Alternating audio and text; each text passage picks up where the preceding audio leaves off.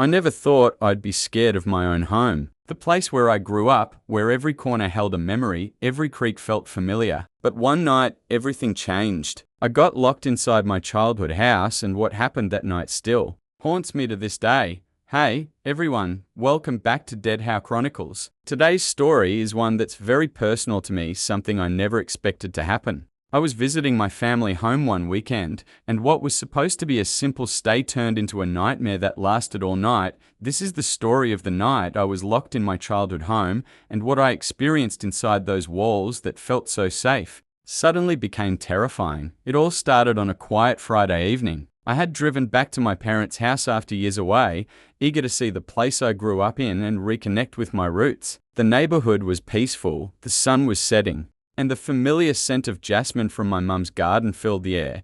The house looked just like I remembered, paint slightly chipped, the porch light flickering, the old wooden door with its brass handle that always felt cold to the touch. After unpacking, I settled into my old bedroom, the walls still covered with the posters I had plastered as a teenager. I felt comfortable, nostalgic even, as if the years had melted away. Around PM, I decided to grab a snack downstairs. The house was silent except for the low hum of the refrigerator. But when I finished eating and tried to head back upstairs, I noticed something strange. The main door was locked tight. I turned the knob. No luck. It wouldn't budge. Thinking maybe my parents had locked it before heading out, I grabbed my phone to call them. But my phone was dead, left it charging in my room, and forgot to plug it in. I checked every door and window. All locked. Panic began to creep in. I was trapped inside my own childhood home with no way out. I went back upstairs to my room to think. The house felt different now, like the walls were closing in. The silence was oppressive. The familiar creaks and groans of the old wood seemed louder, more threatening.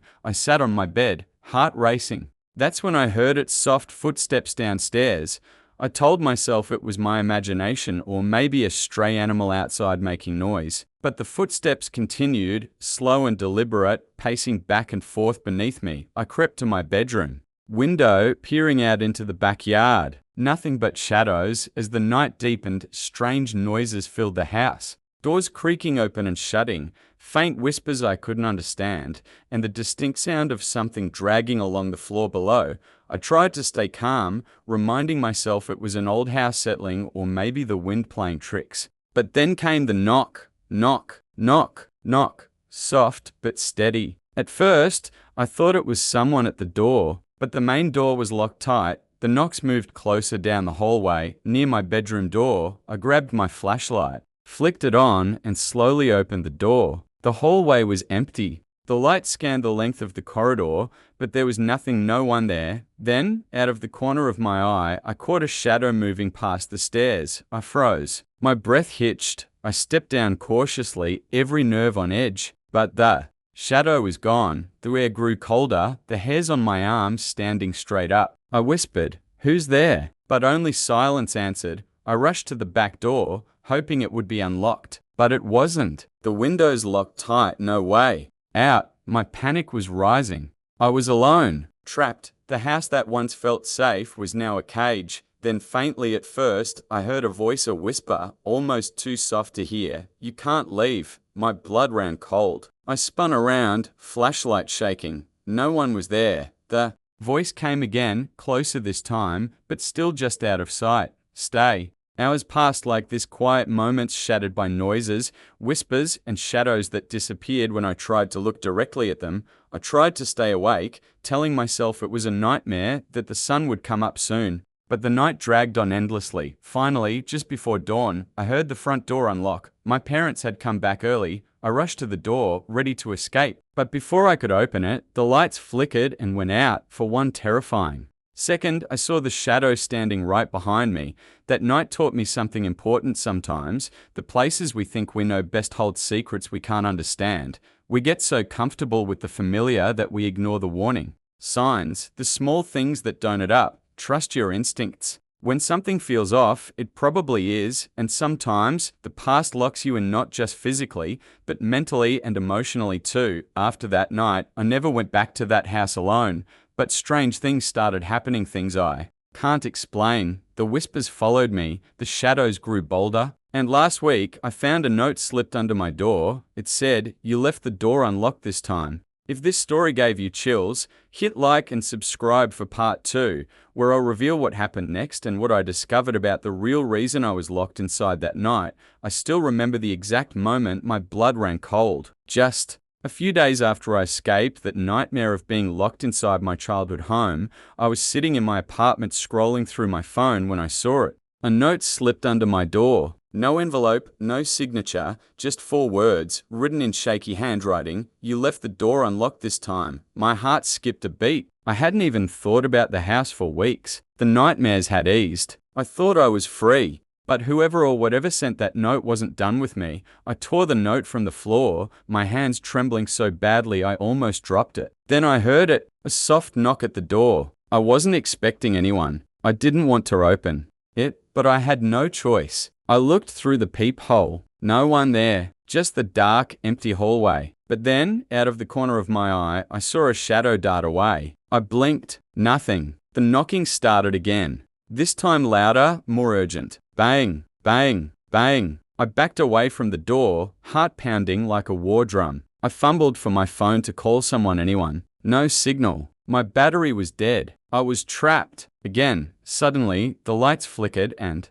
went out, pitch black. I fumbled in the dark, trying to find a flashlight. Then, out of nowhere, a cold breath brushed against my neck. I spun around. No one, but I felt it. That's when I heard it, a voice. Soft, cold, whispering right in my ear, "You shouldn't have left." I ran to the window, yanking back the curtains. Outside was the empty street. No cars, no people, just the moon casting long, eerie shadows. I was trapped inside my own apartment, and the entity from my childhood home was following me. Or maybe it never left. The next morning, I knew I had to face the truth. I went back to my childhood home. I needed answers. When I arrived, the place looked abandoned, doors boarded up, windows covered with plywood. The neighborhood kids called it the haunted house, but no one dared go inside. I found a small gap near the back where the plywood was loose. I slipped inside. The air was stale, thick with dust. The floorboards creaked under my feet, but something else was wrong. I felt eyes watching me. I made my way to the basement door, the same door that had trapped me months ago. It was open. Inside, I found something chilling. A wall covered in old, faded photographs. Pictures of me, at every age. But that wasn't the worst part. The photos were ripped, torn at the edges, and on every picture, someone had scratched out my eyes. I shivered. I wasn't alone. Then I heard footsteps behind me. Slow, heavy, deliberate. I spun around and came face to face with a man. He was old, his skin pale as death, but his eyes, they were the same void I had seen in the shadow. Empty, hollow. He smiled, a cold, cruel smile, and whispered, "You belong here." He told me something I wasn't ready to hear. The house wasn't haunted by ghosts. It was alive, a sentient, malevolent force that fed on fear. And it needed a guardian, someone to keep it alive, someone like me. I realized the truth. I wasn't the victim. I was the heir. The house had chosen me. He said, "Your family has been tied to this place for generations. Every few decades, the house claims one of you to protect it, to keep the darkness inside." I thought of my parents, my grandparents. They had all left, but the house was still waiting for me. Suddenly, the walls began to pulse, like a heartbeat. The floorboards creaked louder. The house was awakening. I tried to leave, but the door slammed shut, locked tight. Whispers filled the air, voices of past victims, echoes of fear and despair. I was trapped inside the house's living nightmare. The man stepped closer. "Join us," he said. "Protect the house, or be consumed by it." My heart screamed for me to run, but I knew I couldn't, because deep down, part of me wanted to stay, to understand, to survive. And now I'm trapped between the darkness and the light, waiting for my choice. I never expected my nightmare to get worse, but it did. After that terrifying encounter in the basement, I thought maybe, just maybe, I could fight back. But the house had other plans. The moment the man whispered, "Join us or be consumed," something inside me changed.